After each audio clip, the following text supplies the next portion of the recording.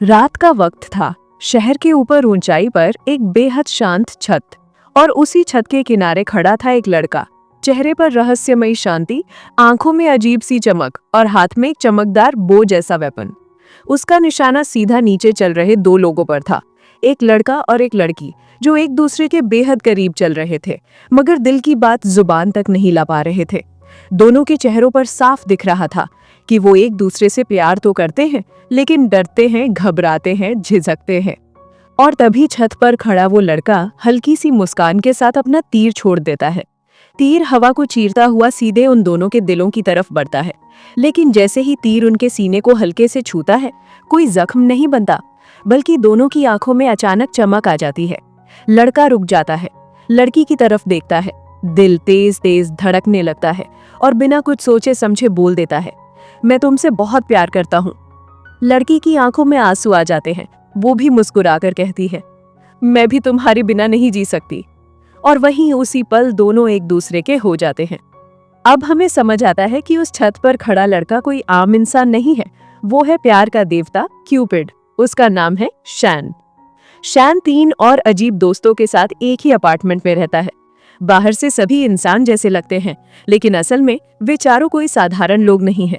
रात को dinner table पर बैठे हुए शैन का एक दोस्त गहरी सांस लेकर कहता है, हम पिछले 500 साल से इंसानों की दुनिया में प्यार बांट रहे हैं, लेकिन ये मिशन खत्म होने का नाम ही नहीं ले रहा। दूसरा दोस्त पॉल थोड़े परेशान अंदाज में अपने तीर को देखता है और बोलता है, जब तक हमारा तीर पूरी तरह गोल्डन नहीं बनेगा, हम अपनी दुनिया में वापस नहीं जा सकते। यही हमारी सजा है। तीसरा दोस्त चिल, जो अक्सर चुप रहता है, उसका मामला सबसे अजीब है। 500 साल पहले उससे एक बड़ी गलती हो गई थी। उसी गलती की सजा ये है कि वो कभी इंसान बन जाता है और कभी एक डॉग। कुछ घंटे वो इंसान होता है और कुछ घंटे एक मासूम सा कुत्ता। चारों जानते हैं, जिस दिन उनके तीर पूरी तरह गोल्डन हो जाएंगे, उस दिन उन्हें इस दुनिया से हमेशा के लिए आजादी मिल जाएगी। डिनर के बाद शैन अपने डॉग बने दोस्त चिल को लेकर बाहर वॉक के लिए निकलता है। उधर दूसरी तरफ हम एक लड़की को देखते हैं। पोस्टर जैसा प्यारा चेहरा, सादा लुक, लेकिन आंखों में गहरी उदासी। उसका नाम है रेन। वो पेशे से एक पशु डॉक्टर है, एनिमल डॉक्टर। उसके पास रोज कई लड़के जानवर दिखाने के बहाने आते हैं, लेकिन असल में सबका मकसद एक ही होता है, रेन को प्रपोज करना। मगर रेन हर बार मुस्कान के साथ मना कर देती है। उसके क्लिनिक के को-वर्कर्स आपस में बातें करते हैं। रेन कभी किसी से प्यार नहीं करती, क्योंकि उसके साथ एक अजीब कर्स जुड़ा हुआ है। धीरे धीरे हमें पता चलता है रेन एक अनाथ लड़की है। उसके माँ बाप इस दुनिया में नहीं है। और सबसे डरावनी बात ये कि जब भी रेन किसी लड़के से प्यार करती है, उस लड़के के साथ कोई ना कोई हादसा जरूर होता है। बचपन में जिस लड़के को उसने पसंद किया था, उसकी उंगली टूट गई थी। 17 साल की उम्र में जिससे प्यार हुआ, उस पर बिजली गिर गई। 22 साल की उम्र में एक और लड़के से मोहब्बत हुई, वो सीढ़ियों से गिरकर बुरी तरह घायल हो गया। 24 की उम्र में एक और लड़का, उसके गले में अंगूठी फंस गई और वो मरते मरते बचा। इतनी बार मौत को इतने करीब से देखने के बाद रेन ने अपने दिल पर ताला लगा दिया। वो अब किसी रिलेशनशिप में नहीं आती। शाम का वक्त होता है। रेन अकेली एक ऊंचे पहाड़ पर बैठी होती है, हाथ जोड़कर आंखें बंद करके बार बार एक ही शब्द बोल रही होती है, माफ करना, प्लीज मुझे माफ कर दो। यहाँ हमें उसका 3 साल पुराना फ्लैशबैक दिखाया जाता है। रेन एक तांत्रिक के पास गई थी। वो तांत्रिक उससे कहता है, तुम पिछले 500 जन्मों से अकेली हो। इस जीवन में भी तुम्हारी किस्मत आसान नहीं है, लेकिन हाँ, इस जन्म में तुम्हारी जिंदगी में एक लड़का जरूर आएगा, मगर उसके लिए तुम्हें इस पहाड़ पर रोज 1000 दिन तक माफी मांगनी होगी। रेन हंस देती है, उसे ये सब मजाक लगता है। तभी तांत्रिक उसे चेतावनी देता है, जब तुम बाहर निकलोगी, ठीक सामने एक एक्सीडेंट होगा, एक इंसान मरेगा और 2 घायल होंगे। और बाहर निकलते ही वही होता है। रेन की रूह कांप जाती है। वो वापस दौड़कर तांत्रिक के पास जाती है, लेकिन अब वहां एक औरत बैठी होती है। वो कहती है, यहाँ कोई पुरुष तांत्रिक नहीं रहता। तभी रेन समझ जाती है, वो कोई आम इंसान नहीं था। उसी दिन से रेन रोज उस पहाड़ पर जाकर माफी मांगने लगती है। उसी पहाड़ के पास एक दिन शैन आता है। रेन उसे दूर से देखती है और धीरे से बोल देती है, इतना क्यूट लड़का, क्या ये कोई परी है? तभी अचानक शैन अपने पंख खोलता है, लेकिन उसके पंख पूरी तरह जल रहे होते हैं। वे आग में लिपटे हुए होते हैं। ये उसका श्राप था। जब तक उसका तीर गोल्डन नहीं होता, ये आग नहीं बुझेगी। रेन घर जाकर अपनी बेस्ट फ्रेंड से कहती है, आज मेरे 993 दिन पूरे हो गए हैं, बस 7 दिन और। उसकी दोस्त हंसते हुए बोलती है, लास्ट डे पर मुझे भी साथ ले जाना, मैं देखना चाहती हूँ तेरा डेस्टिनी वाला बॉयफ्रेंड कौन है। अगली रात शैन एक होटल से निकल रहा होता है, तभी देखता है कि किसी ने उसकी गाड़ी के ठीक सामने अपनी कार खड़ी कर दी है। वो गुस्से में अंदर वापस जाता है और वहीं उसकी नजर रेन पर पड़ती है। रेन बहुत ज्यादा ड्रंक हो चुकी होती है। वो शैन को देखते ही लड़खड़ाते हुए उसकी तरफ बढ़ती है और उसके पास पहुंचने से पहले गिर जाती है। होटल की मालकिन कहती है, उसे थोड़ा घर तक छोड़ दो, हालत ठीक नहीं है। शैन मजबूरी में रेन को अपने कंधे पर उठाकर बाहर लाता है। रेन बुदबुदाती है, तुमसे बहुत अच्छी खुशबू आ रही है। गाड़ी में बिठाकर शैन पूछता है, तुम कहाँ रहती हो, एड्रेस बताओ। लेकिन रेन कुछ भी साफ नहीं बोल पाती। अगली सुबह रेन की आंख खुलती है पुलिस स्टेशन में।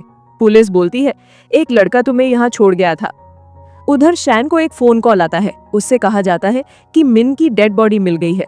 मिन वही लड़की थी जिसे शैन ने सालों पहले पसंद किया था, जो उससे पहाड़ पर मिलने का प्रॉमिस करके गायब हो गई थी। अब वो वापस मिली, लेकिन लाश बनकर। उधर होटल में रेन एक अजनबी लड़की से दोस्ती कर लेती है। दोनों कुछ देर बातें करती हैं, हंसती हैं और फिर वो लड़की अपना नंबर देकर कहती है, हम फिर मिलेंगे। लेकिन उसे नहीं पता था वो उसकी आखिरी मुलाकात थी। शैन रास्ते में एक आदमी को देखता है जो अपने कुत्ते को सड़क पर छोड़कर जा रहा होता है। शैन उस आदमी पर लव एरो चला देता है। अगले ही पल उस आदमी का दिल पिघल जाता है और वो उसी कुत्ते को उठाकर वापस घर ले जाता है। अगले दिन एक प्रोग्राम में एक बच्चा पूछता है, क्या प्यार के देवता सच में परी होते हैं? रेन पास खड़ी होकर बोल देती है, मेरे लिए तो प्यार का देवता बहुत क्रूअल है। उसने आज तक मेरे दिल पर तीर नहीं मारा, इसलिए मैं आज भी सिंगल हूँ। शैन उसे पहचान लेता है, वही होटल वाली लड़की। यहीं से उनकी किस्मतें आपस में जुड़ने लगती हैं। उधर सुबह का वक्त होता है। रेन अपने हॉस्टल में एक घायल डॉग की सर्जरी की तैयारी कर रही होती है। उस डॉग की हालत बहुत नाजुक होती है। डॉक्टर बताते हैं कि उसके मालिक की उसी दिन एक एक्सीडेंट में मौत हो गई थी। रेन जब ये सुनती है तो कुछ सेकंड के लिए उसकी उंगलियां कांप जाती हैं। वो धीरे से डॉग के सिर पर हाथ फेरती है और फुसफुसाती है, अब तुम्हें अकेले नहीं छोड़ूंगी, डोंट वरी।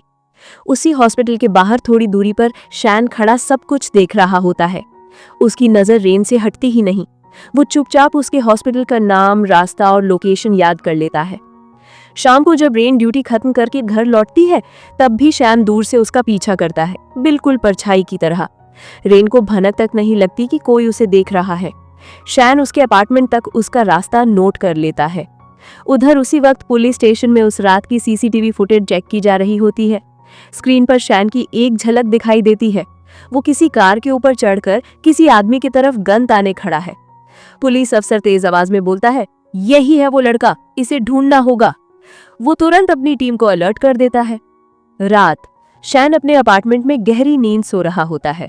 अचानक उसकी आंख खुलती है। उसके ठीक बगल में रेन बैठी होती है, उसे घूरते हुए। शैन घबराकर उठ बैठता है, तुम यहाँ कैसे आ गई? रेन की आंखों में गुस्सा और डर दोनों होते हैं। वो तेज आवाज में बोलती है, मैंने तुमसे कहा था ना, मुझसे प्यार मत करना। जो भी मुझसे प्यार करता है उसके साथ कुछ ना कुछ बुरा जरूर होता है। शैन हैरानी से उसे देखता है और कहता है, मैं तुमसे प्यार नहीं करता और तुमने मेरा हाथ क्यों बांध रखा है? वो जोर से चिल्लाता है और झटके से उसकी नींद खुल जाती है। वो पसीने में भीगा हुआ बिस्तर पर बैठा रहता है। ये सब सिर्फ एक सपना था। उधर पुलिस ऑफिसर अपने सीनियर को वही सीसीटीवी वीडियो दिखाता है और कहता है, सर, उसी रात इस लड़के ने एक आदमी पर बंदूक तानी थी और उसी दिन वहां एक इंसान की मौत भी हुई है। सीनियर ऑफिसर शांति से वीडियो देखता है और कुछ देर चुप रहने के बाद कहता है, ये लड़का किसी को मार नहीं सकता, पहले उस आदमी से पूछो जिस पर यह गन तानी गई थी। अगले ही दिन पुलिस उस आदमी से पूछताछ करती है। वो आदमी घबराई हुई आवाज में कहता है, उसने मुझे डराया नहीं था, वो तो मुझे समझाने के लिए ऐसा कर रहा था। उसने मुझे कोई नुकसान नहीं पहुंचाया और जो गन थी वो असली भी नहीं थी। इधर हॉस्पिटल में रेन एक कोने में बैठी अपने बचपन की फोटो देख रही होती है। फोटो में वो एक पेड़ के नीचे सो रही होती है, चेहरे पर मासूम सी मुस्कान। वो अपनी दोस्त से धीरे से कहती है, जब मैं छोटी थी मैं रोज बीच के पेड़ के नीचे सोया करती थी। मुझे उस फूल की खुशबू बहुत पसंद थी। उसकी दोस्त उसे ध्यान से देखती है और मुस्कुराते हुए कहती है, मुझे लगता है तुम उस शैन नाम के लड़के से धीरे धीरे प्यार करने लगी हो। रेन झट से नजरें झुका लेती है। उसी वक्त वहां एक नया पुलिस ऑफिसर आता है, कांग। जैसे ही उसकी नजर रेन पर पड़ती है, वो कुछ सेकंड के लिए बिल्कुल स्थिर हो जाता है। उसके दिल में एक अजीब सी हलचल होती है, उसे खुद समझ नहीं आता क्यों।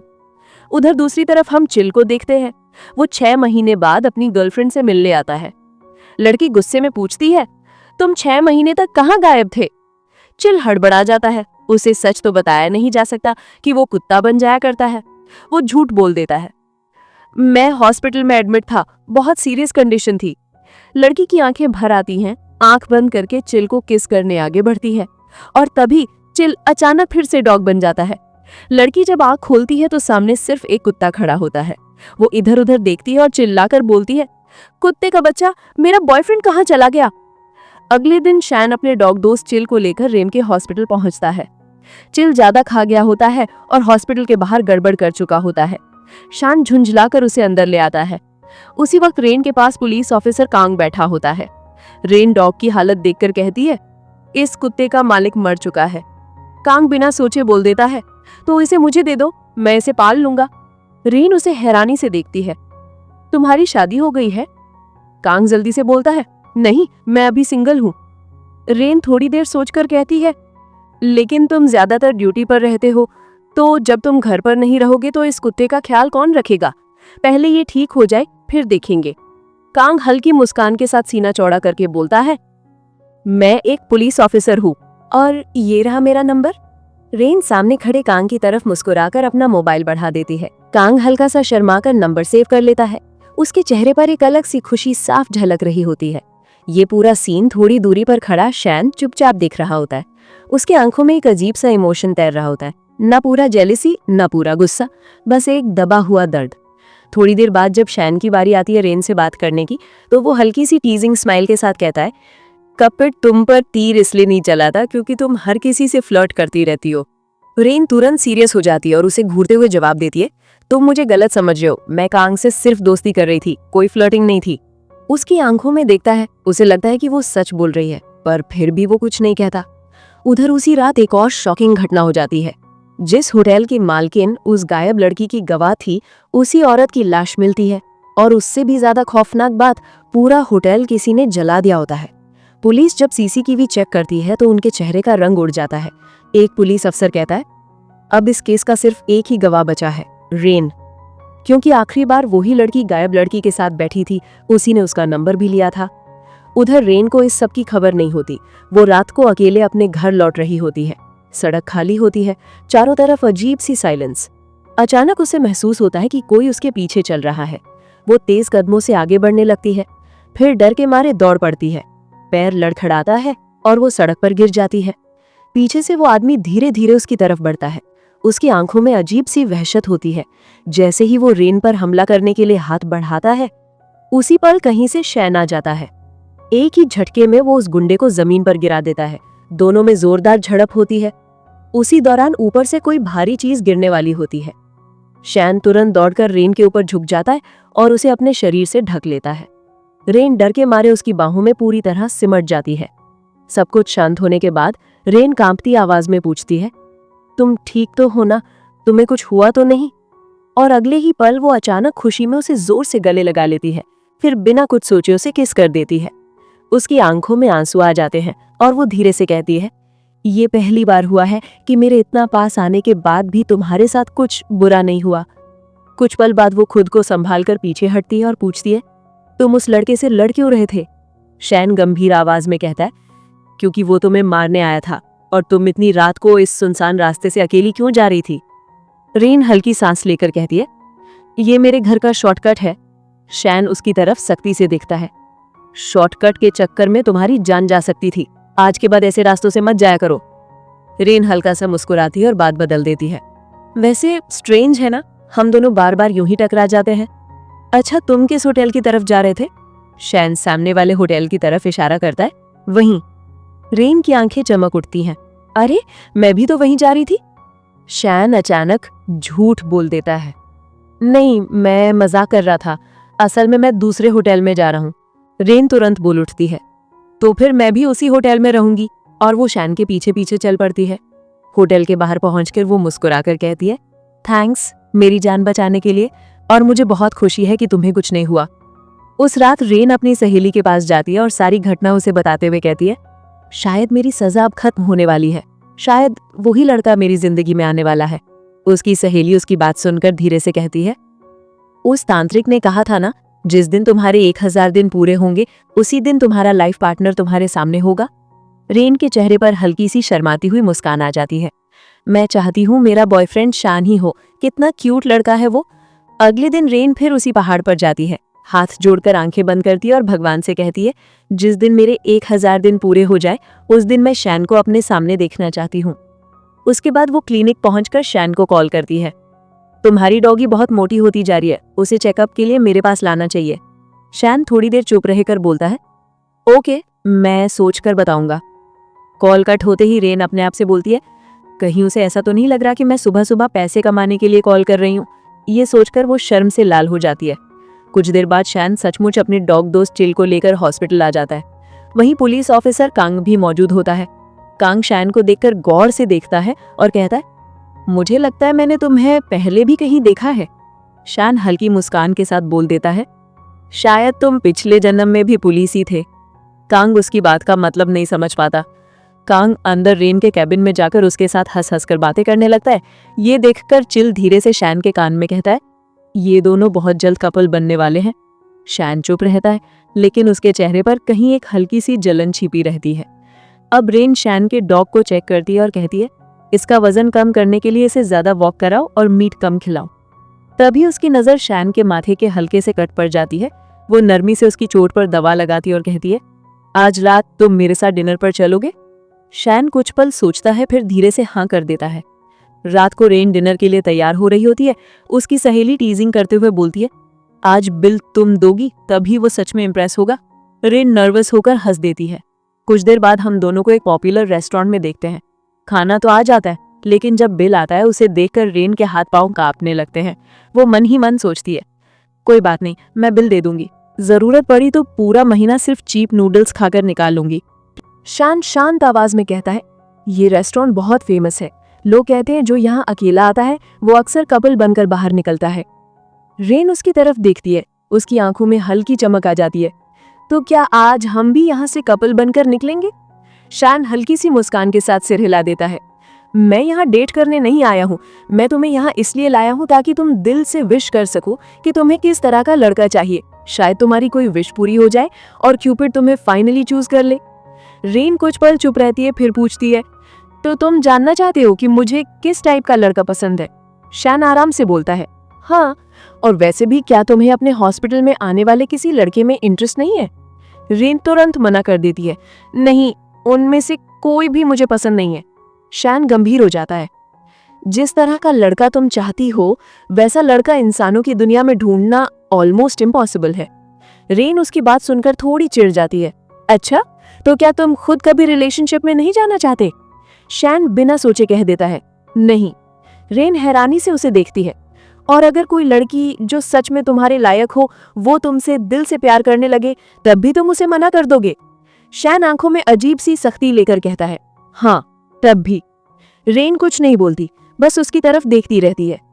डिनर खत्म हो जाता है। रेन कॉन्फिडेंटली बिल देने काउंटर पर जाती है, लेकिन वहां जाकर उसे पता चलता है कि शैन पहले ही पूरा बिल चुका है।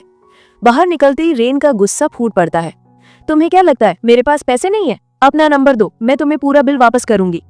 शैन शांत स्वर में कहता है, कोई जरूरत नहीं है। रेन तंज कसती है, नंबर इसलिए नहीं दे रहे ताकि मैं तुम्हें कॉल ना कर सकूं, है ना? गुस्से से वो पलटकर चली जाती है। घर पहुंचते ही रेन तकिए को जोर से दीवार पर मारती है। खुद को क्या समझता है, सच में अपने आप को प्यार का देवता मान बैठा है क्या? उधर शैन भी अपने अपार्टमेंट में गुस्से से टहल रहा होता है। मैंने उसे डिनर कराया और वही मुझ पर नाराज होकर चली गई। मैं उस लड़की पर कभी भी तीर नहीं चलाऊंगा, चाहे वो सारी उम्र सिंगल ही क्यों न रहे। अगली सुबह रेन फिर रोज की तरह पहाड़ पर जाती है, आंखें बंद कर हाथ जोड़ती है और फुसफुसाती है, मैं किसी और को नहीं चाहती, मैं सिर्फ शैन को ही अपना बॉयफ्रेंड बनाना चाहती हूँ। उधर डोंग एक दुकान में खड़ा होकर खाने की एक चीज को बड़ी ध्यान से देख रहा होता है, लेकिन सामने खड़ी लड़की को गलतफहमी हो जाती है कि डोंग उसी को घूर रहा है। वो गुस्से में बोलती है, क्या देख रहे हो इस तरह, आंखें फाड़ कर क्यों घूर रहे हो? डोंग हैरानी से कहता है, मैं तुम्हें नहीं देख रहा था। लड़की उसे नीच समझकर अपमानित करती है और वहां से चली जाती है। डोंग का गुस्सा 7वें आसमान पर पहुंच जाता है। तुमने बहुत गलत इंसान को इंसल्ट किया है। गुस्से में वो अपनी मैजिकल पावर से उसे प्यार में डालने की कोशिश करता है, लेकिन उसकी पावर काम नहीं करती। लड़की को लगता है डोंग उसे अश्लील इशारा कर रहा है। वो पलटकर जोरदार थप्पड़ मारती है और चली जाती है। उधर पहाड़ पर रेन और शैन आमने सामने आ जाते हैं। रेन हल्के से मुस्कुराकर कहती है, मैं तुम्हारे बारे में सोच रही थी, और अचानक उसका फोटो क्लिक कर लेती है। शैन तुरंत बोलता है, पहले वो फोटो डिलीट करो। वो उसका फोन छीनने बढ़ता है और उसी खींचतान में अचानक दोनों के होठ आपस में टकरा जाते हैं। कुछ सेकंड के लिए दोनों बिल्कुल स्थिर हो जाते हैं। रेन का संतुलन बिगड़ने लगता है, लेकिन शैन उसे फौरन पकड़ लेता है। उसकी बाहों में रेन की सांसें तेज हो जाती हैं। थोड़ी देर बाद रेन सब कुछ सच सच शैन को बता देती है, अपने पिछले जन्मों की कहानी, अपनी कर्ज के बारे में, पहाड़ पर रोज माफी मांगने के बारे में। वो भर्राई हुई आवाज में पूछती है, तुम रिलेशनशिप क्यों नहीं करना चाहते? शैन गहरी सांस लेता है, मैं करना चाहता हूँ, लेकिन किसी ने मुझे रोक रखा है। मैं एक लड़की से प्यार करता था, लेकिन मुझे वार्निंग दी गई थी कि मैं उसे भूल जाऊं। मैंने उसकी बात नहीं मानी और उसी वजह से मेरे साथ बहुत भयानक हादसा हुआ था। वहीं से जाते वक्त अचानक शैन उस आदमी को पकड़ लेता है जिसने रेन पर हमला किया था। शैन सख्त आवाज में कहता है, तुरंत पुलिस को कॉल करो। आदमी डर के मारे हाथ जोड़ लेता है, प्लीज कॉल मत करो, ये सब रेन के सामने वाले क्लिनिक के एक डॉक्टर ने करने को कहा था। शैन उसी डॉक्टर को पकड़कर सामने ले आता है। डॉक्टर रोते हुए कहता है, सब मरीज रेन के क्लिनिक में जाते हैं, हमारे क्लिनिक में कोई नहीं आता, इसीलिए मैंने ये सब किया, प्लीज मुझे माफ कर दो। वो डॉक्टर कांपते हुए हाथ जोड़कर जमीन की तरफ झुक जाता है। शैन की आंखों में कोई दया नहीं होती। उसकी आवाज ठंडी लेकिन खतरनाक हो जाती है, माफी नाम की कोई चीज तुम्हारे लिए नहीं है, अब सीधे पुलिस के हवाले जाओगे।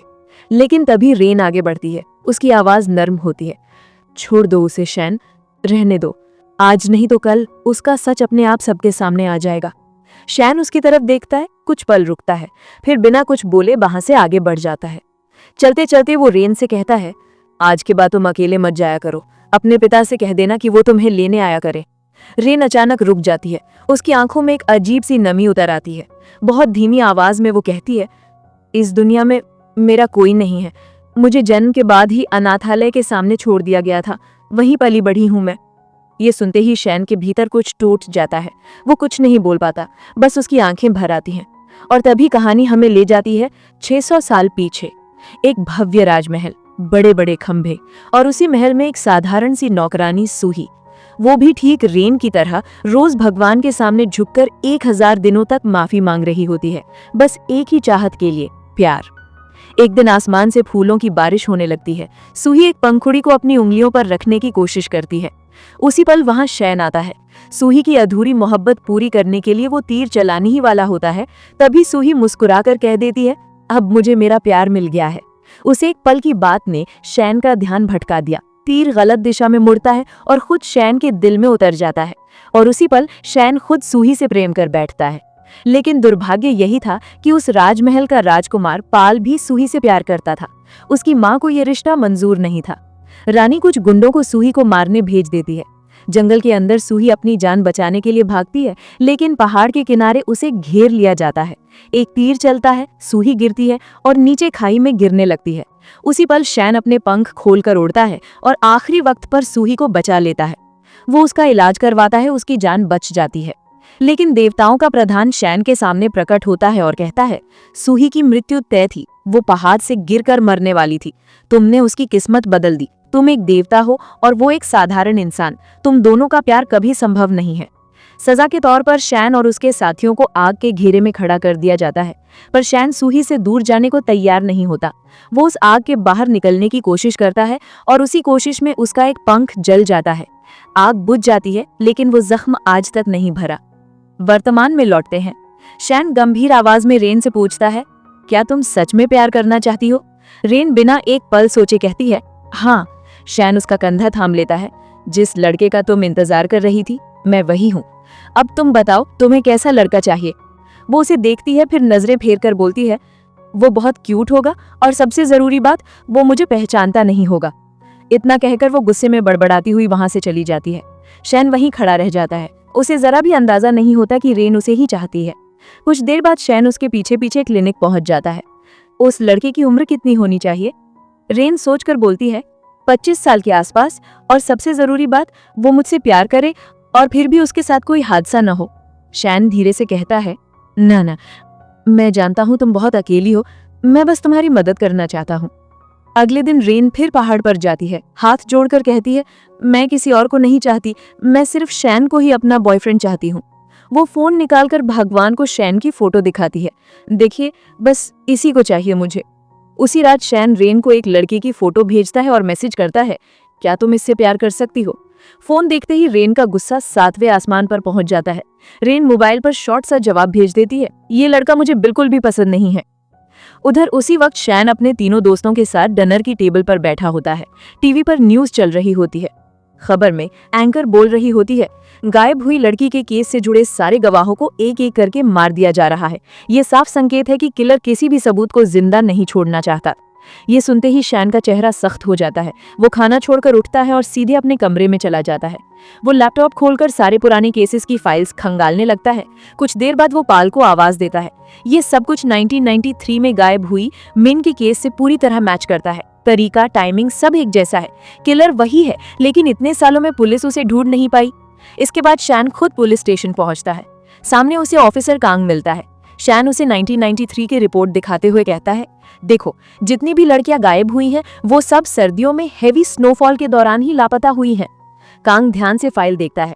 शैन आगे कहता है, और एक और कॉमन बात, गायब होने के ठीक 24 घंटे पहले हर लड़की के पास एक लाल रंग की किताब पहुंची थी।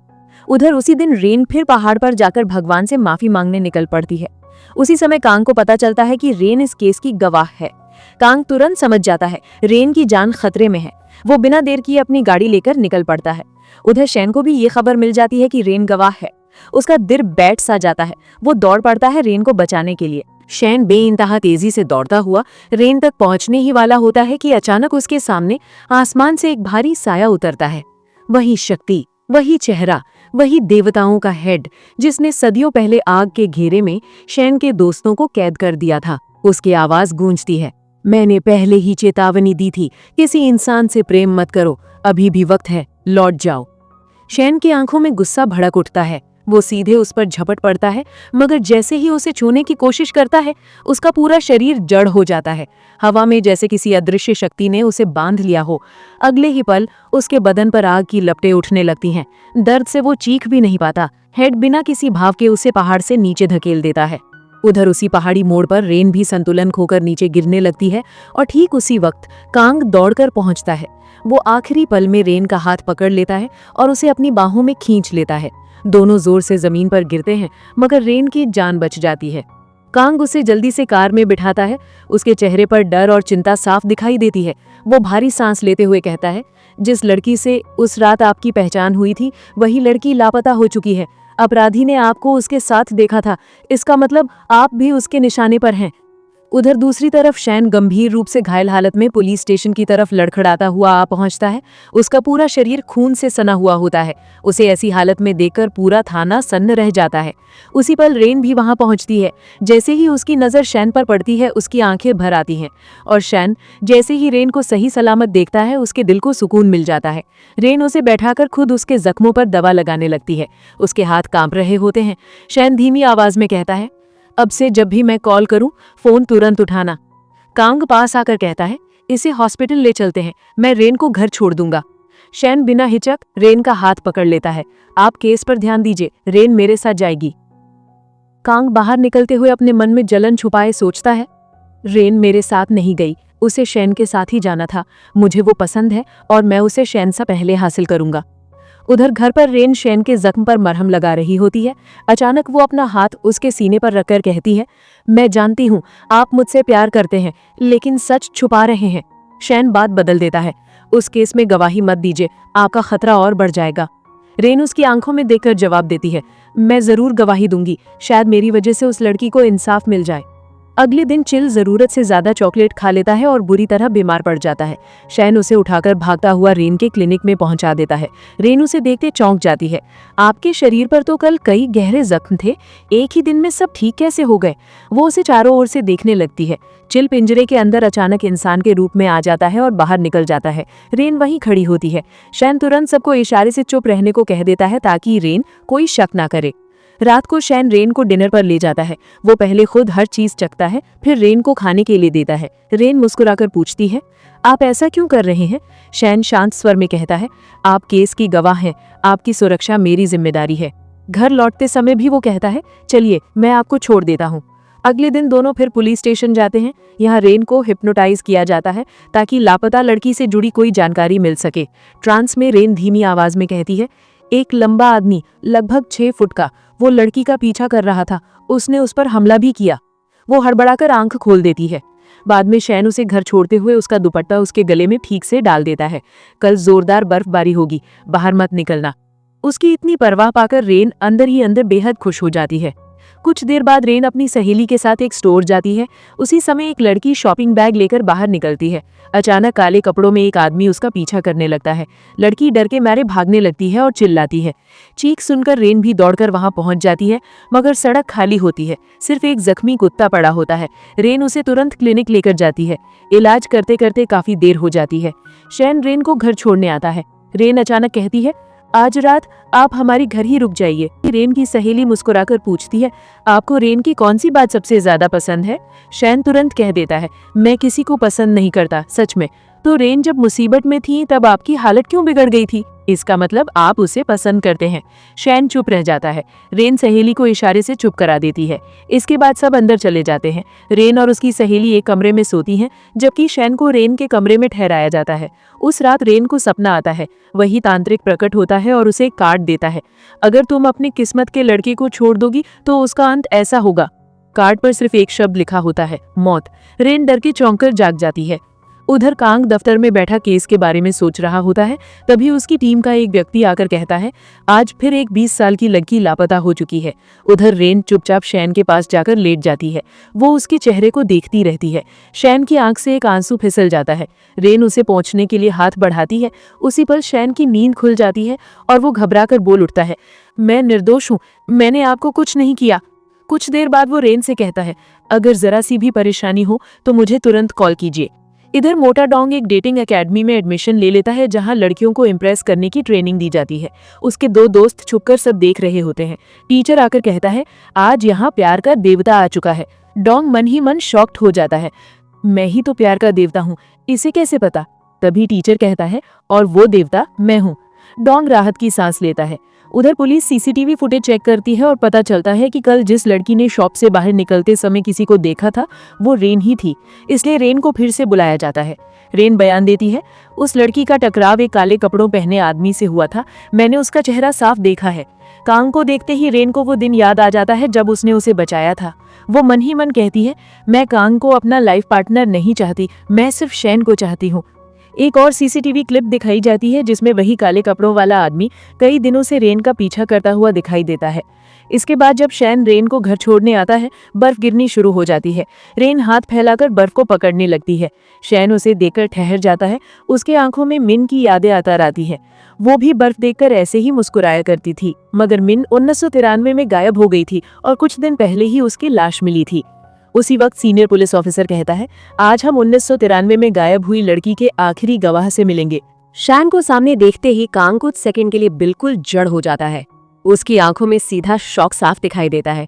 वो मन ही मन सोचता है, ये कैसे मुमकिन है? और तभी कहानी हमें खींचकर ले जाती है सीधे 1994 में। उस समय पूरा शहर एक दरिंदगी से कांप रहा था। 4 लड़कियां रहस्यमय तरीके से गायब हो चुकी थी और अब 5वीं लड़की की बारी थी। एक सुनसान सड़क पर वो लड़की डर से कांपती हुई आगे बढ़ रही थी। पीछे से कोई साए की तरह उसका पीछा कर रहा था। उसी वक्त एक जवान पुलिस ऑफिसर वहां पहुंचता है, वर्दी में, तेज आंखें, मजबूत आवाज। वो था शैन। वो उस किलर का पीछा करता है, उसे दौड़ में पकड़ भी लेता है। किलर की सांसें फूल जाती हैं। सब कुछ खत्म होने ही वाला था, लेकिन उसी पल शैन के भीतर कुछ अजीब होने लगता है। उसके कानों में एक दूसरी ही दुनिया की आवाज गूंजने लगती है। उसे देवताओं की दुनिया से बुलावा आ जाता है। शैन मजबूर हो जाता है। उसकी पकड़ ढीली पड़ती है और वो हत्यारा उसी पल अंधेरे में गायब हो जाता है। वर्तमान में लौटते हैं। कांग अपने ही सवाल में उलझ जाता है और जोर से कहता है, अगर तुम 1993 में इतने छोटे थे तो तुम्हें इस केस के बारे में इतना सब कैसे पता है? शैन कुछ सेकंड सोचता है, फिर झूठ का सहारा लेता है। मेरे पापा उस वक्त पुलिस ऑफिसर थे, इसी केस में वो भी शामिल थे, उन्होंने ही मुझे ये सारी बातें बताई थी। लेकिन हम जानते हैं कि शैन कोई आम इंसान नहीं है, वो क्यूपिड है। उसकी उम्र कभी आगे नहीं बढ़ती। तभी शैन उस नकली आरोपी की ओर देखकर गंभीर आवाज में कहता है, ये किलर नहीं है। थाने में मौजूद हर पुलिस वाला एक दूसरे को देखने लगता है। कांग चौंक कर पूछता है, इतने भरोसे से कैसे कह सकते हो? शैन फिर झूठ गढ़ता है, क्योंकि जिस रात मैं पहाड़ पर रेन को ढूंढने गया था, मैंने असली हत्यारे को देखा था। उसने बहुत हैवी मेकअप किया हुआ था, वो अपना असली चेहरा छिपा रहा था। उधर उसी रात रेन घर लौट रही होती है। फिर वही एहसास, कोई पीछा कर रहा है। लेकिन इस बार रेन डरती नहीं। वो अचानक पलटकर उस आदमी को पकड़ लेती है और गिरा देती है। आदमी उठते ही घबराकर बोलता है, मैडम, मैं पुलिस से हूँ। कांग सर ने मुझे आपकी सुरक्षा के लिए भेजा है, क्योंकि आपका बॉडीगार्ड शैन अभी इन्वेस्टिगेशन में फंसा हुआ है। ये सुनते ही रेन की आंखें फैल जाती है। वो मन ही मन बुदबुदाती है, शैन मेरा बॉडीगार्ड? वो घर पहुंचकर अपनी सहेली से उत्साहित होकर कहती है, मुझे लगता है मैं पिछले जन्म में कोई क्यूट फेरी थी। जब मुझे ट्रांस में रखा गया था तब मुझे कुछ पिछले जन्म के सीन्स दिखे थे। हालांकि सच ये था कि पिछले जन्म में गिरने वाली रेन में ही शैन था, जो सूही को बजाते हुए पहाड़ से गिरा था। रेन की सहेली उसकी बातों पर हंस देती है, तू ज्यादा ड्रामास देख रही है। उधर जब शैन घर लौटता है, पाल उसे छेड़ते हुए कहता है, तू और रेन तो काफी क्लोज होते जा रहे हो। शैन तुरंत पलटता है, तुम मेरा पीछा कर रहे थे? पाल हंसकर बोलता है, हम तो एक दिन इस दुनिया को छोड़कर अपनी दुनिया लौट जाएंगे, लेकिन तू यहाँ रेन के पीछे क्यों घूम रहा है? कहीं तू उससे प्यार तो नहीं कर बैठा? शैन चुप रहता है। पाल फिर कहता है, तो तू रेन पर तीर क्यों नहीं चला देता? अगर तू नहीं करेगा तो मैं कर दूं? शैन अब भी कुछ नहीं बोलता। उधर रेन अपनी सहेली से कहती है, शैन ने मुझे गले लगाया था, इसका मतलब क्लियर है, वो मेरा बॉयफ्रेंड बन चुका है।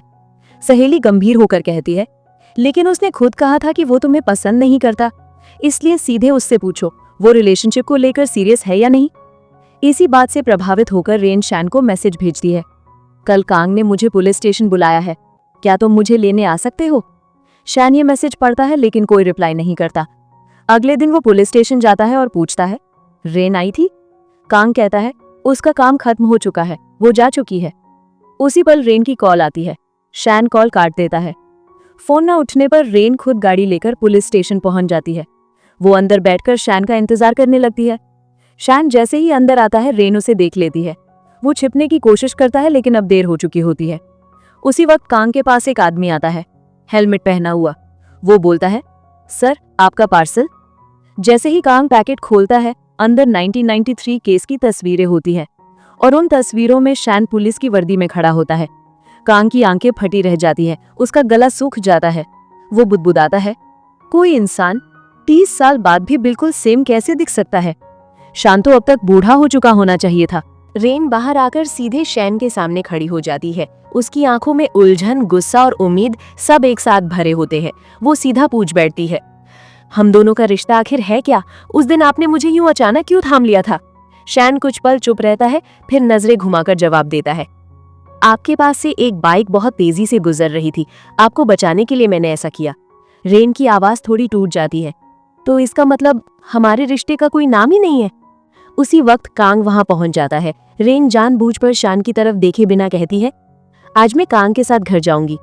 चलते समय कांग धीमी आवाज में रेन से कहता है, आप चाहें तो शैन से दूर जाने के लिए मुझे इस्तेमाल कर सकती हैं, लेकिन उससे कभी प्यार मत करना। घर पहुंचते ही रेन मोबाइल देखती है। शैन का लिखा हुआ गुड नाइट देखकर उसका चेहरा खिल उठता है। वो तुरंत रिप्लाई भेजती है और इंतजार करने लगती है।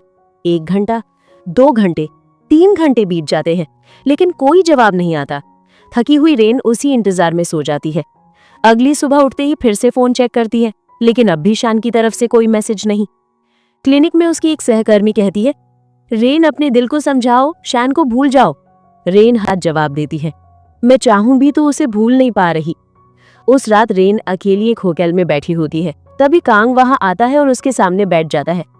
रेन हल्के आश्चर्य से कहती है, आप मेरे पास बैठे हैं लेकिन आपको कुछ भी नहीं हुआ, ये अजीब है। कांग उसकी बात नहीं समझ पाता। दूर खड़ा शैन सब कुछ देख रहा होता है। उसका दिल बेचैन हो उठता है। वो दोनों पर लव एरो चलाना चाहता है, लेकिन हाथ उठाकर रुक जाता है, क्योंकि अब उसका दिल खुद रेन के नाम हो चुका होता है। थोड़ी देर बाद रेन ज्यादा ड्रिंकिंग कर लेती है, पूरी तरह ड्रंक हो जाती है। कांग उसे सहारा देकर कंधे पर उठाकर घर पहुंचा देता है और सहेली से कहता है, इन्हें संभाल लीजिए। कांग के जाने के बाद सहेली वॉशरूम चली जाती है। उसी पर रेन लड़खड़ाती हुई चुपके से घर से बाहर निकल जाती है। वो शैन को वॉइस मैसेज भेजती है, मैं घर से बाहर आ गई हूँ, अपना एड्रेस भेज दीजिए, नहीं तो मैं यहीं सड़क पे सो जाऊंगी। शैन मजबूरी में अपना पता भेज देता है। कुछ देर बाद रेन उसके घर के सामने पहुंच जाती है। सुबह जब रेन की आंख खुलती है तो वो खुद को अपने ही बिस्तर पर पाती है। सहेली पूछती है, कल रात क्या क्या हुआ था? तभी फ्लैशबैक दिखता है। रेन नशे में शैन से कहती है, मैं पिछले जन्म में एक परी थी, और उड़ने की कोशिश करती है। शैन उसे तुरंत पकड़ लेता है। उसी पल रेन को याद आता है कि उसने शैन को किस किया था। ये याद आती ही वो शर्म से लाल हो जाती है। इसी बीच पुलिस स्टेशन में एक मैरिड कपल तलाक लेने आता है। दोनों जोर जोर से लड़ रहे होते हैं। दूर से शैन ये सब देखता है और उन दोनों पर प्यार का तीर चला देता है। झगड़ा अचानक प्यार में बदल जाता है। दोनों एक दूसरे को गले लगाने लगते हैं। शैन मुस्कुराता है, तभी पीछे से कांग उसकी तरफ बंदूक तान देता है। सच सच बताइए, आप असल में हैं कौन? इसी बीच रात का सीन दिखता है, जहाँ रेन शैन को किस कर रही होती है और शैन खुद को कंट्रोल नहीं कर पाता। वो भी धीरे धीरे उसे किस करने लगता है। थोड़ी दूरी पर बैठा चिल ये सब देखता है और बुदबुदाता है। शैन रेन से प्यार करता है, लेकिन खुद से ये बात स्वीकार नहीं करता। कहीं ये प्यार उसके जले हुए पंखों को फिर से न जला दे। कांग गंभीर आवाज में कहता है, 1993 में जो पुलिस ऑफिसर था वो आपके पिता नहीं, आप खुद थे। फॉरेंसिक रिपोर्ट में आपकी आज की और तब की तस्वीर बिल्कुल सेम है। इतने सालों में कोई इंसान बूढ़ा क्यों नहीं हुआ? शैन शांत स्वर में जवाब देता है, अगर मैं आपकी जगह होता तो सबसे पहले ये देखता कि ये तस्वीरें भेजी किसने है। पहले केस में भी हत्यारे ने एक पुलिस वाले को दूसरे से भिड़ा दिया था, इस बार भी वही चाल है। कांग तुरंत कुरियर वाले की तलाश में निकलता है, लेकिन पता पूरी तरह फेक निकलता है। इधर शैन अपने दोस्तों के साथ डिनर पर बैठा होता है। डोंग मासूमियत से पूछता है, आखिर इंसान किस क्यों करते हैं? शैन चौंक कर पूछता है, तुमने देखा था? डोंग झुंझला कर कहता है, हाँ टीवी पर देखा था, बहुत खराब सीन था। ये सुनकर शैन चैन की सांस लेता है। अगले दिन शैन और रेन मिलते हैं। रेन झुकी नजरों से कहती है, उस रात मैंने नशे में जो कर दिया उसके लिए बहुत सॉरी। शैन ये नहीं बताता कि उसने भी किस किया था। थोड़ी देर बाद जब शैन पुलिस स्टेशन में होता है तभी एक अजीब सी लड़की एंट्री लेती है। सब पुलिस वाले डर जाते हैं, लेकिन वो कोई और नहीं, खुद रेन होती है। तीनों मिलकर 1993 वाले केस की एक पुरानी जगह पर जाते हैं। शैन कहता है, इस घर में मैं कभी रहा करता था। वो कांग से कहता है, आप यहीं रुकिए, मैं और रेन अंदर देख कर आते हैं। अंदर एक बूढ़ी औरत मिलती है। वो कांग से कहती है, मैं यहाँ पिछले 40 सालों से हूँ। पहले इस घर में 3 लड़के रहते थे। वो उन तीनों की पुरानी तस्वीर दिखाती है। तस्वीर देखकर कांग के होश उड़ जाते हैं। बूढ़ी औरत आगे कहती है, उनके साथ एक सफेद सा कुत्ता भी रहता था, उसका नाम चिल था। कांग को हॉस्पिटल वाला वही कुत्ता याद आ जाता है। 40 साल पहले और आज सब कुछ एक सा। लेकिन वो इस बारे में शैन से कुछ नहीं कहता। घर पहुंचते ही चिल शैन से कहता है, मैंने देखा था आप और रेन किस कर रहे थे। शैन गंभीर होकर कहता है, हेड ने कहा था कि अगर मैं किसी इंसान से प्यार करूंगा तो मेरे पंख फिर से जल जाएंगे, लेकिन अभी तक कुछ नहीं हुआ। क्या रेन सच में कोई परी है? उधर हत्यारा गायब लड़की का बैग खोलता है। उसे अंदर रेन का नंबर मिल जाता है। वो उसी नंबर से रेन को मैसेज करता है, मुझे बचाइए। रेन बिना सोचे समझे उसे बचाने निकल जाती है। कुछ देर बाद कांग अपने स्टाफ से पूछता है, लापता लड़की का फोन एक्टिव हुआ या नहीं? स्टाफ कहता है, हाँ सर, थोड़ी देर पहले एक्टिव हुआ था और उसने रेन को मैसेज भी किया था। कांग समझ जाता है रेन मुसीबत में है। वो दौड़कर निकल पड़ता है। उधर शैन भी रेन को बचाने भागता है। जब रेन उस जगह पहुंचती है, हत्यारा उस पर ब्रूटल हमला कर देता है। वो उसे मारने ही वाला होता है कि पुलिस टाइम पर पहुंच जाती है। हत्यारा अंधेरे का फायदा उठाकर भाग जाता है। रेन को तुरंत हॉस्पिटल में एडमिट किया जाता है। शैन जब वहां पहुंचता है और एक डेड बॉडी देखता है तो उसका दिल बैठ जाता है। लेकिन जब पता चलता है कि वो रेन नहीं है, तब राहत की सांस लेता है। होश में आते समय रेन को पिछले जन्म की झलकियां दिखने लगती हैं। राजमहल, तीर, पहाड़ और एक पंखों वाला लड़का। उसे याद आता है कि वो पिछले जन्म में सूही थी। तभी एक छोटी सी परी उससे कहती है, अपनी उंगली पर फूल की पंखुड़ी रखो, जिसे सामने देखोगी वही तुम्हारा प्यार होगा। जैसे ही रेन पंखुड़ी रखती है, वो सामने शैन को देखती है। उसी पल उसकी आंख खुल जाती है। वो देखती है कि शैन उसके पास बैठा है। रेन धीमी आवाज में कहती है, तो वो परी मैं नहीं, आप थे? शैन पूरी तरह चौंक जाता है। इधर कांग वो पुरानी तस्वीरें लेकर शैन के घर पहुंचता है। शैन के दोस्तों को देखकर वो और भी हैरान हो जाता है। ये लोग असल में हैं कौन? फिर फ्लैशबैक में दिखता है 500 साल पहले छोटा परी जानबूझकर तीर मोड़ देता है। तीर शैन के दिल में लगता है। शैन सूही से प्यार कर बैठता है, अपने पंख जला देता है। सूही की शादी, हमला, आत्महत्या, मिन का जन्म, मिन की मौत, हेड का श्राप। जब तक तुम्हारे पंख ठीक नहीं होंगे, जिस भी लड़की से प्यार करोगी वो मरेगी। वर्तमान में शैन डॉक्टर को मिन और रेन के डीएनए सैंपल देता है। डॉक्टर रिपोर्ट का एक सीलबंद लिफाफा शैन के सामने बढ़ा देता है। कांग भी वहीं खड़ा होता है। शैन जैसे ही रिपोर्ट खोलने के लिए हाथ आगे बढ़ाता है, अचानक उसकी उंगलियां हवा में घुलने लगती हैं। उसका हाथ पल भर के लिए पूरी तरह इनविजिबल हो जाता है। कांग की आंखें डर से फैल जाती हैं, उसकी सांस अटक जाती है। अगले ही पल शैन का हाथ फिर से नॉर्मल हो जाता है। वो शांत चेहरे से रिपोर्ट उठाता है और बिना कुछ बोले वहां से चला जाता है। घर पहुंचकर शैन कांपते हाथों से रिपोर्ट खोलता है। जैसे ही वो डीएनए कंपैरिजन पढ़ता है, उसकी आंखों से आंसू गिरने लगते हैं। अब उसे पूरा यकीन हो चुका होता है, सुही, अगले जन्म में मिन और इस जन्म में रेन, तीनों एक ही आत्मा है। उसका शरीर कांपने लगता है। वो टूटती आवाज में खुद से कहता है, तुम हर जन्म में मेरे पास आई हो। और बिना एक पल गंवाए वो रेन के पास दौड़ पड़ता है। उधर उसी दिन रेन के 1000 दिन पूरे होने वाले होते हैं। आज आखिरी दिन वो फिर से उसी पहाड़ पर जाती है, सर झुकाकर आखिरी बार भगवान से माफी मांगती है। और तभी पीछे से किसी के कदमों की आवाज आती है। रेन पलटती है और सामने शैन को देखकर स्तब्ध रह जाती है। एक पल के लिए समय जैसे रुक जाता है। शैन आगे बढ़ता है और रेन को कस के अपनी बाहों में भर लेता है। रेन को कुछ समझ में नहीं आता, बस उसकी आंखों से अपने आप आंसू बहने लगते हैं। आज तांत्रिक की भविष्यवाणी सच साबित हो चुकी होती है। कुछ देर बाद हमें कुछ समय पहले का दृश्य दिखाया जाता है, जहां कांग रेन से कहता है, शैन कोई आम इंसान नहीं है, मैंने अपनी आंखों से उसका हाथ अदृश्य होते देखा है। वही कांग दूर खड़ा उन दोनों को एक दूसरे से लिपटा हुआ देखता है। उसका दिल जल उठता है। जेलसी उसकी आंखों में साफ दिखने लगती है। रेन घर लौटकर शैन से साफ साफ पूछती है, तुम एलियन हो या कोई घोस्ट? कांग ने बताया था तुम्हारा हाथ हवा में गायब हो गया था। जो भी हो, मैं पूरी जिंदगी तुम्हारी ही रहूंगी। शैन कुछ पल उसे देखता रहता है और फिर हल्की सी मुस्कुरा देता है। अगले दिन शैन रेन को लेने आता है। रेन आज कुछ ज्यादा ही सजी होती है। उसे देखते ही शैन की नजरें वहीं ठहर जाती हैं। रेन उसके पास आकर धीमे से कहती है, तुम धीरे धीरे इनविजिबल हो रहे हो। अगर तुम अपनी दुनिया में वापस गए तो कितना वक्त लगेगा लौटने में? शैन शांति से उत्तर देता है, 1 हफ्ता या शायद 1 महीना। इतना इंतजार मैं कर लूंगी, लेकिन इससे ज्यादा नहीं। उधर एक एक करके पाल और चिल अचानक गायब हो जाते हैं। डेटिंग एकेडमी से डोंग भी रहस्यमय तरीके से लापता हो जाता है। रेन क्लिनिक से बाहर निकलती है। शैन की कार खड़ी होती है, लेकिन शैन वहां नहीं होता। वो बुरी तरह डर जाती है। मेरा शैन, क्या वो सच में इनविजिबल हो गया? तभी पीछे से शैन आकर उसका हाथ पकड़ लेता है। रेन दौड़कर उसे जोर से गले लगा लेती है। शैन उसके कान में धीरे से कहता है, जब तक मैं इस दुनिया में हूं, हम दोनों साथ ही रहेंगे। अगले दिन सुबह रेन की आंख खुलती है तो सामने शैन को देखकर उसकी खुशी का ठिकाना नहीं रहता। लेकिन उसी रात देवताओं का हेड शैन के सामने प्रकट होता है। उसकी आवाज भारी और अंतिम लगती है, रेन से दूर रहो, तुम्हें बहुत जल्द देवताओं की दुनिया में लौटना होगा। शैन साफ इनकार कर देता है, मैं धरती छोड़कर नहीं जाऊंगा। हेड ठंडी मुस्कान के साथ कहता है, तो फिर इस बार वही होगा जो 500 साल पहले होते होते रह गया था, सुही की मौत। अगले दिन रेन शैन को एक पार्क में लेकर जाती है।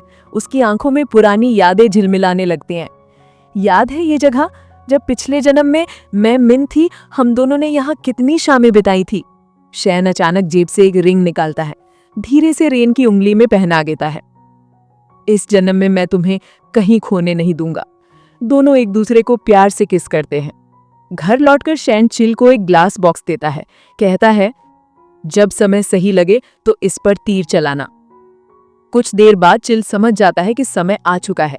वो निशाना साधता है और तीर छोड़ देता है। तीर सीधा शैन के सीने में आकर लगता है। शैन दर्द से नहीं, राहत से मुस्कुराता है। वो अपने सीने से तीर निकालता है और वो जादुई सील टूट जाती है। अब शैन मुक्त हो चुका होता है। अब वो कभी इनविजिबल नहीं होगा। उधर रेन खुशी खुशी कार में बैठकर घर लौटने के लिए निकलती है। उसे नहीं पता होता कि उसी कार में सीरियल किलर पहले ही एक बॉम्ब फिट कर चुका है। कुछ ही सेकंड बीते थे, अचानक जमीन कांप उठती है। एक जबरदस्त ब्लास्ट पूरे इलाके को हिला देता है। आग की ऊंची लपटें आसमान तक पहुंच जाती हैं। कांग अवाक खड़ा रह जाता है। उसकी आंखों के सामने कार के भीतर रेन जलती हुई नजर आती है। उसके गले से चीख तक नहीं निकलती, वो पूरी तरह जड़ हो जाता है। और तभी आसमान से कोई परछाई उतरती है, महान पंखों को फैलाए हुए। शैन अपने विशाल पंखों में रेन को पूरी तरह ढक चुका होता है।